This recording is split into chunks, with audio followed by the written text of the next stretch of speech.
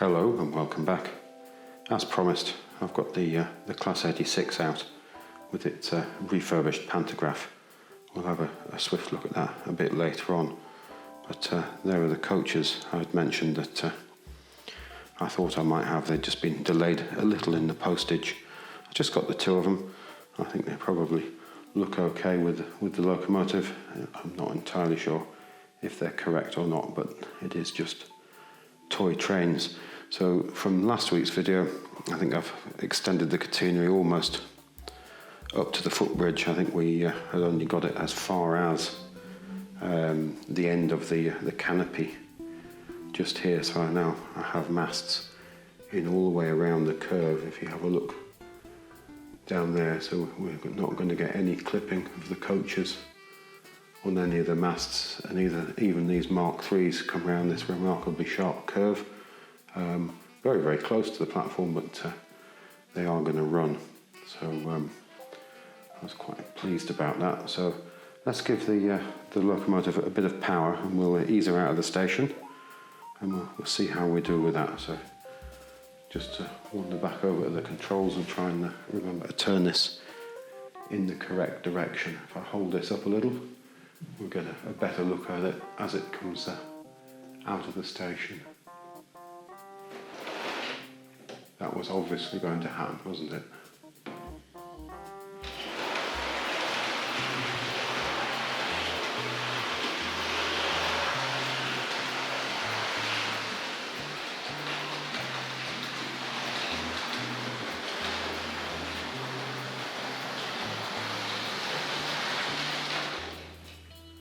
And I'm just going to stop her there to point out one of the additions to the railway this week, or the layout. This power supply here is just one of these sort of crimp connectors or spade connectors. They're just going onto that little sort of almost like a tag there. So let's see if I can get that back on one-handed. So there's two of those, and there we go. I think that's as tight as that's going to go on one-handed. So I've got one here, and if we run around slowly and see, I've got boxes out everywhere. There's been a great deal of activity underneath the baseboards since the last video was made. Let's just move around here quite slowly, and the other one, power supply or additional power feed, is going in here. The angle of that spade on there is quite awkward. I can't seem to get it to bend down any. And then there's one additional one which I've employed a nut and bolt to achieve the same effect. Strange, I don't seem to have as many power masts on those earlier white ones as I had thought, or at least ways I can't find one. So we've got just over here. Actually, I'm not far enough around. I don't know whether we can just see that. I've got a nut and bolt just in there doing the same thing. I've converted one of the non-power masts. It's quite simple because this metal, let me point to this one, this metal runs right through, and there's a hoop round there. Just scrape a little bit off with a scalpel, and the nut and bolt makes connection, and it seems to work relatively well. So it just evens out the power supply a little around the layout. The old IVAT there we saw last week with the crimson and cream coaches sitting in the sidings there. So a number of people have asked if I'm going to put a yard in here or something. So I think I'm going to have sort of a wagon yard over here. We'll get a number of different long rails down there, perhaps 3, possibly 4. Might be being optimistic here, but we'll whip that bit of Super 4 out of there, I think, and we'll get a yard in there of some description. So I think more power, and we'll run out of the siding here. Well, it's not the siding, the approach to the main line. So we're going to go the correct direction.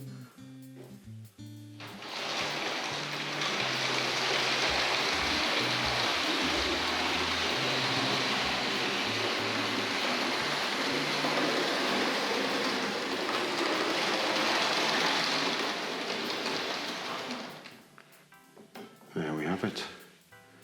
So I think if we just flip these points, and I'm just going to adjust the zoom on this camera just manually, so excuse the sudden jump. So if you see that pantograph there,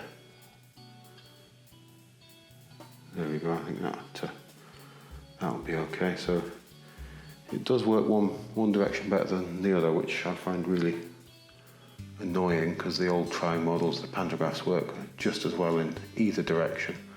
Let's have a look on there. So let's see if that goes back over that clip. So we've definitely got a bit of a stall going on there. Let's see why that is. Probably dirty rails perhaps. So let's go forward a little and then back. So it seems to run over that one okay, but some of the clips it doesn't like. Let's try that one. No, when you want it to catch it doesn't, but it does occasionally catch going in the opposite direction. There we go. So it just can't reliably cope with running in that direction. So let's see if we can just encourage that back. And the skate doesn't sit on this pantograph. I can't get it to sit level with the overhead, so we've just got this one part of the skate in contact with the wire rather than the whole skate. But in the end I removed the arm from the replacement pantograph and removed the one on here. If we have a look at the insert pictures, you'll be able to see what I mean. That arm came out of the casting rather than removing the casting from the model, which was going to be very difficult and possibly damage the model. I'm going to zoom out a little now. So we'll just get that back to a more normal view, and then we'll have a little more power, I think.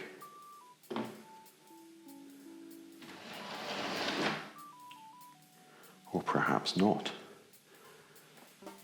So I think we're not getting enough.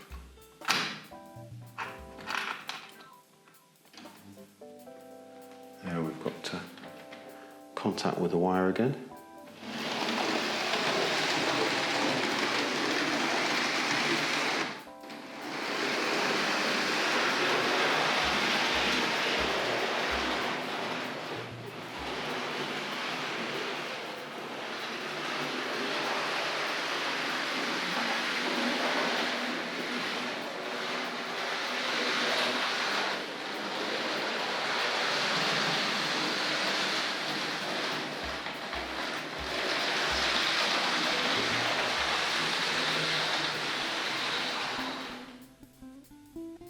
So it just doesn't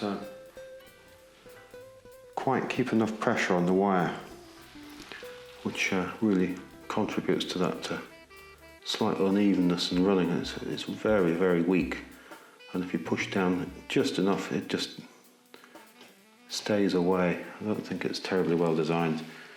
I much prefer, I think as everybody knows now, that the earlier triangle stuff.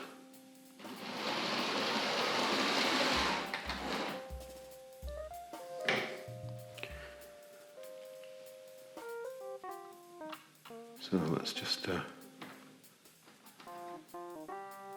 another fiddle with that.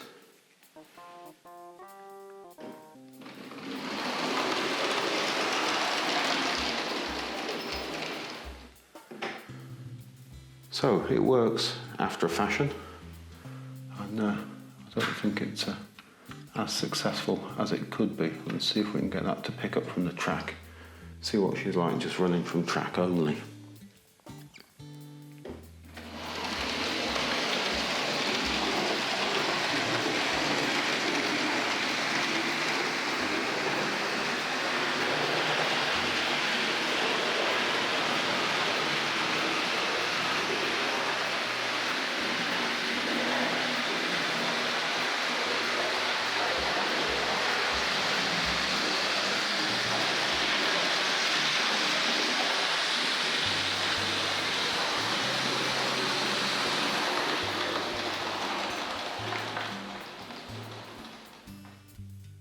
just looking back over the footage I shot, I noticed that one of those catenary clips had dropped off the wire, or the wire had dropped off the clip when we were looking at the pantograph in close-up, catching on the clip. I don't know whether the catch of the pantograph on the clip had caused it to separate or not, but I've reconnected that.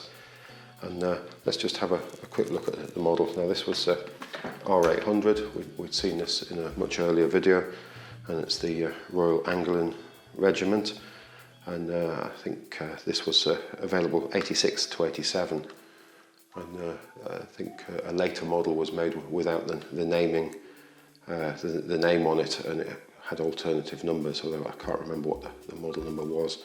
I think it continued in similar livery. And let's just have a swift look at that pantograph in close-up there. Now, it doesn't quite have, you see it's very lethargic, it doesn't spring up, and it will just stay at that level there, which is, annoyingly, it's just about the level it needs to be applying sort of a considerable upwards pressure. I have tried reassembling the pantograph with this link wire in both ways up, and it seems to work well, or better, in this direction. So it is very, very crude. It's just a hooked wire through a hole there. So it does sort of, it's not a smooth bearing surface. It's sort of quite variable, so it will just stick there.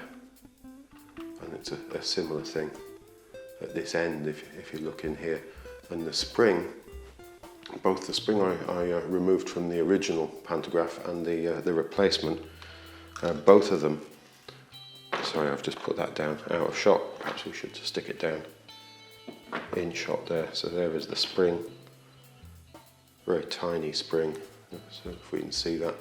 I don't know whether we can see that there is a slight bend in the spring where it's been damaged or forced around a hard edge. That has to be forced around a hard edge within the pantograph.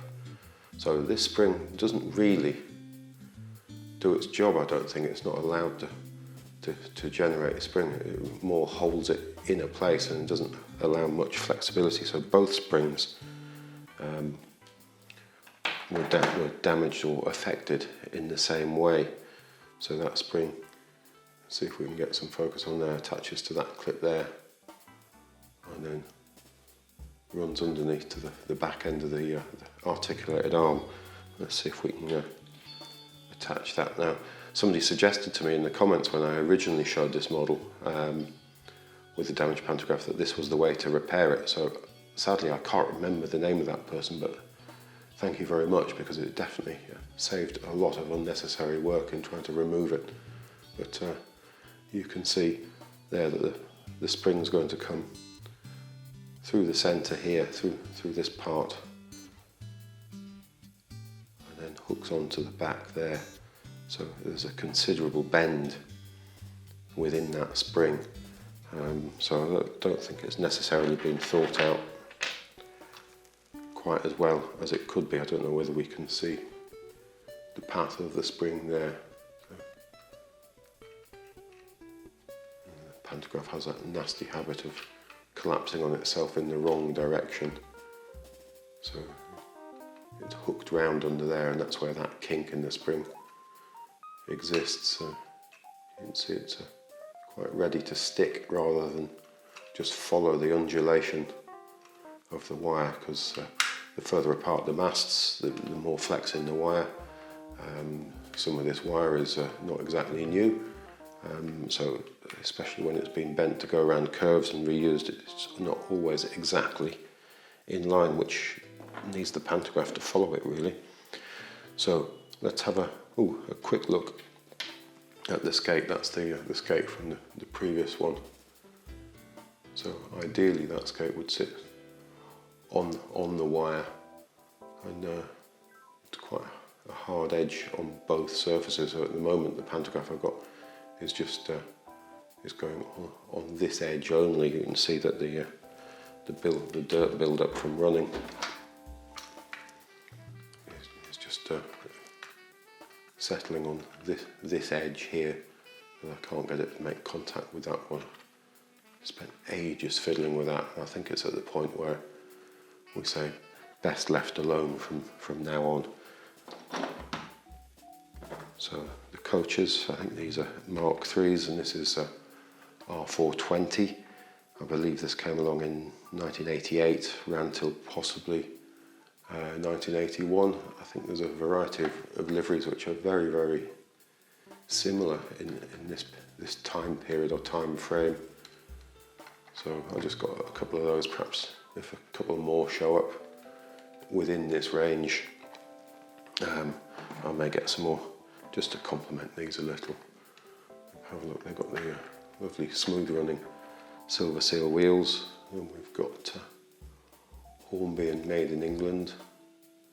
What have we got under here? We've got a part number or model number there. I think that's R439 and then 0020. I believe that refers to an earlier model or the chassis of an earlier model.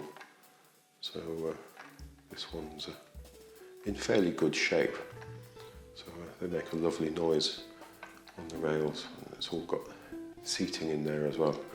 Quite nice things. So I think what we'll do is we'll get these on the rails, and we'll give the old Bobo Electric a go running around with these.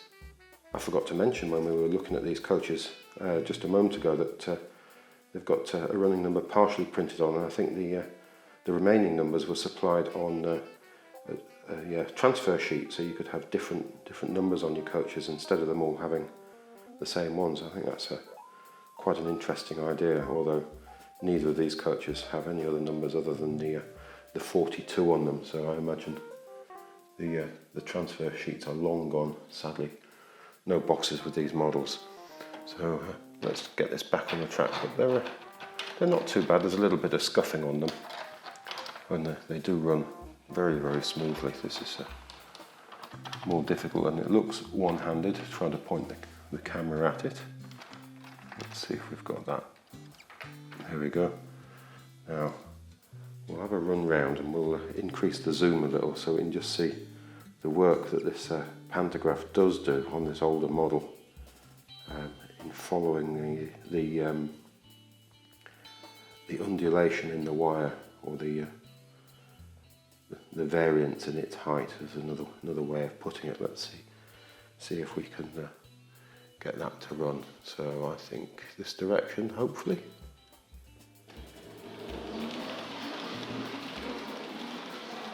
Wasn't the direction I was hoping for, as you can probably tell, but that was nice and smooth, so we'll turn that the other way.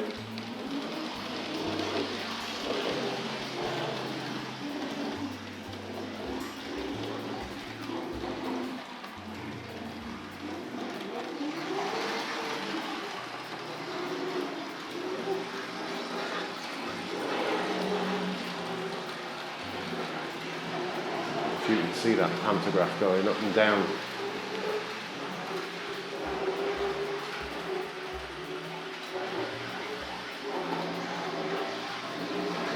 So it definitely does a good job of following that wire. And that's just what's missing from the slightly later model. A little bit of a stutter there. Not really a surprise. And then we're all the way back around again. And let's see if we can bring this to a stop. And if you see this section under the bridge where I've removed the mast some time ago when I was fiddling with the bridge, but I haven't put it back in. If we just watch that wire as I run the pantograph back underneath it, you see the flex in the wire.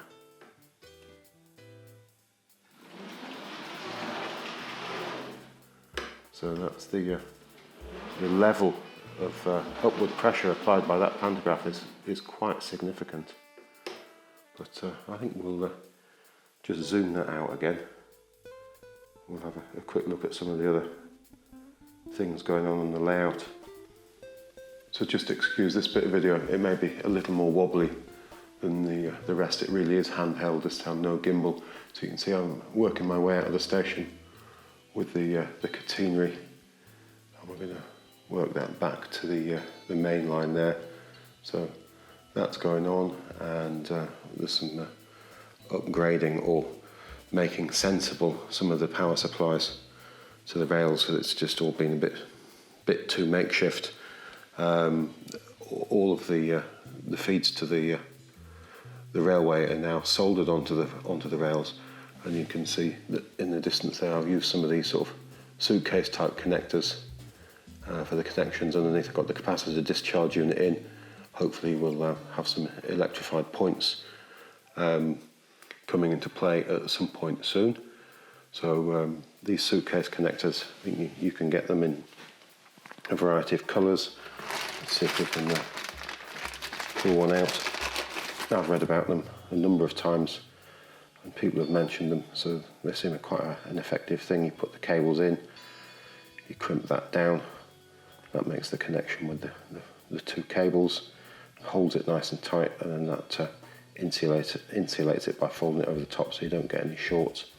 Seems quite effective, very simple, incredibly cheap, and it's better than soldering and simpler than using those little white connector blocks that are very fiddly when you're lying upside down and in the semi-light trying to get the screwdriver in and holding the cables in place.